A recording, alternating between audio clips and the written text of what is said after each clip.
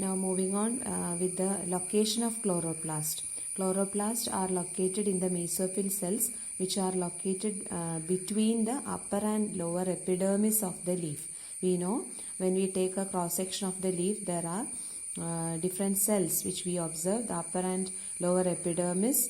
In between we can see the location of the palisade cells, spongy cells, etc.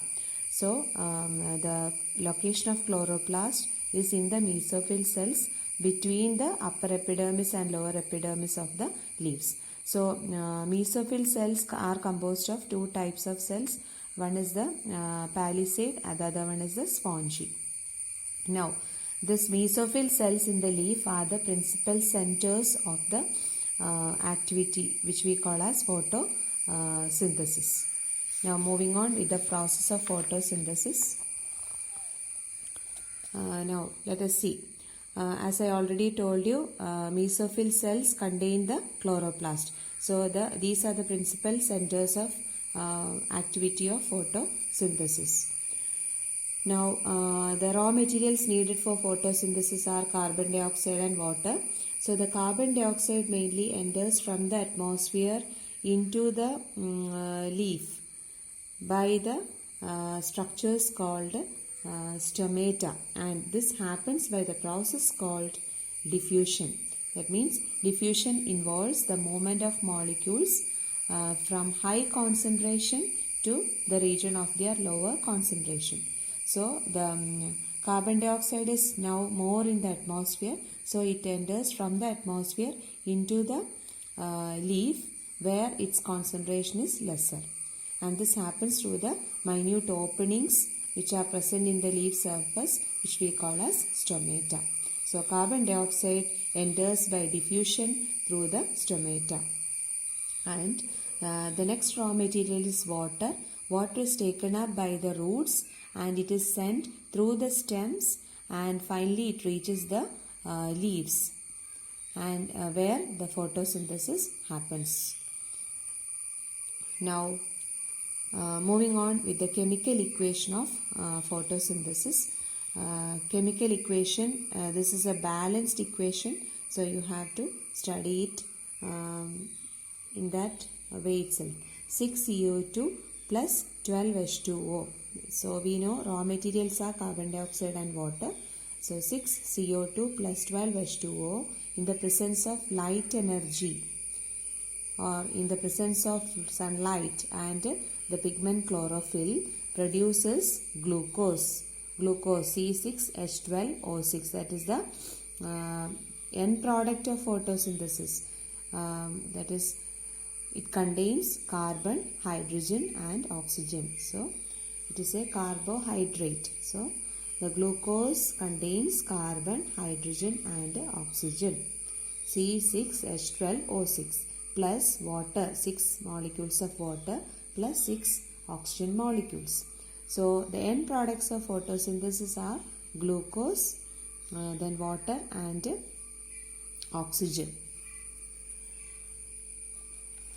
Now there are two main phases of photosynthesis, or the photosynthesis happens in two phases or two steps.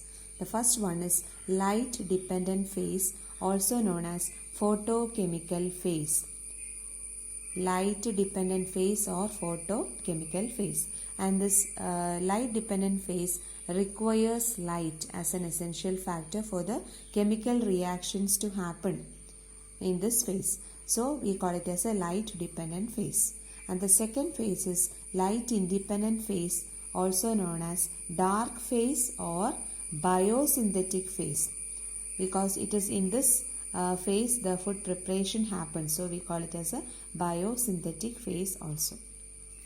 And this light independent phase do not need light as an essential factor, and that is why we call it as light independent phase, but it occurs simultaneously with the light dependent phase. Now moving on to the light dependent phase or light reaction of photosynthesis. And this light reaction or the light dependent phase or photochemical phase happens in two steps. The first one is activation of chlorophyll. Now let us see what is happening in this step. So as during daytime, as the light falls on the leaf, the chlorophyll, that is a pigment present in the leaf, gets activated by the photons of the light. Photons are the unit of light energy. So they are activated by the photons of the light. And after that, what happens? After the activation of chlorophyll, there occurs the splitting of water molecules, which is present in the leaf. So the water molecules are being broken into hydrogen ions, oxygen and electrons. So you can see the equation here, 2H2O giving 4H plus, that is hydrogen ions, plus 4 electrons plus oxygen. This is the reaction which we call as photolysis. So the splitting of water into hydrogen ions and oxygen in the presence of light and grana. Grana in the sense the light reaction happens in the thylakoids or grana.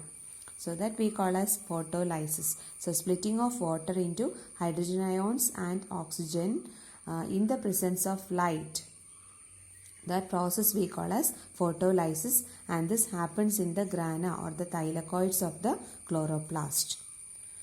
Now, what happens to the end results of the products of photolysis? As we have seen, the photolysis liberates hydrogen ions, oxygen and electrons. Now what happens to the hydrogen ions? These hydrogen ions are being picked up by the NADP. There is a compound called NADP, nicotinamide adenine dinucleotide phosphate. Nicotinamide adenine dinucleotide phosphate picks up this hydrogen ions which is liberated as a result of photolysis, and it forms a compound called NADPH. So the hydrogen is being added here. Now the equation you can see, NADP plus electron plus H plus giving NADPH. Now what happens to the oxygen which is formed? This oxygen which is formed is given out. It is liberated as molecular oxygen. And the next is electrons. The electrons are used in converting ADP, that is adenosine diphosphate, into an energy rich compound which we call as ATP, adenosine triphosphate.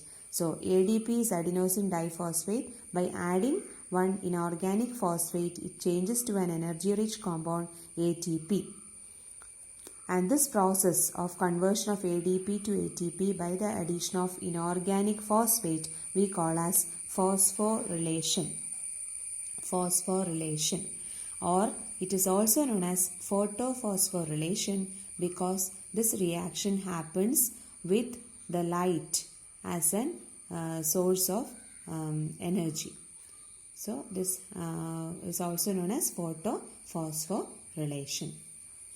Now the second step in photosynthesis, or the second phase, is light independent phase, also known as biosynthetic phase or dark phase. Here the main thing that happens is production of glucose, that is C6H12O6, and this happens by the combining of the hydrogen of the NADPH with the carbon dioxide so as to form glucose. So the carbon dioxide combines with the hydrogen of the NADPH to form glucose.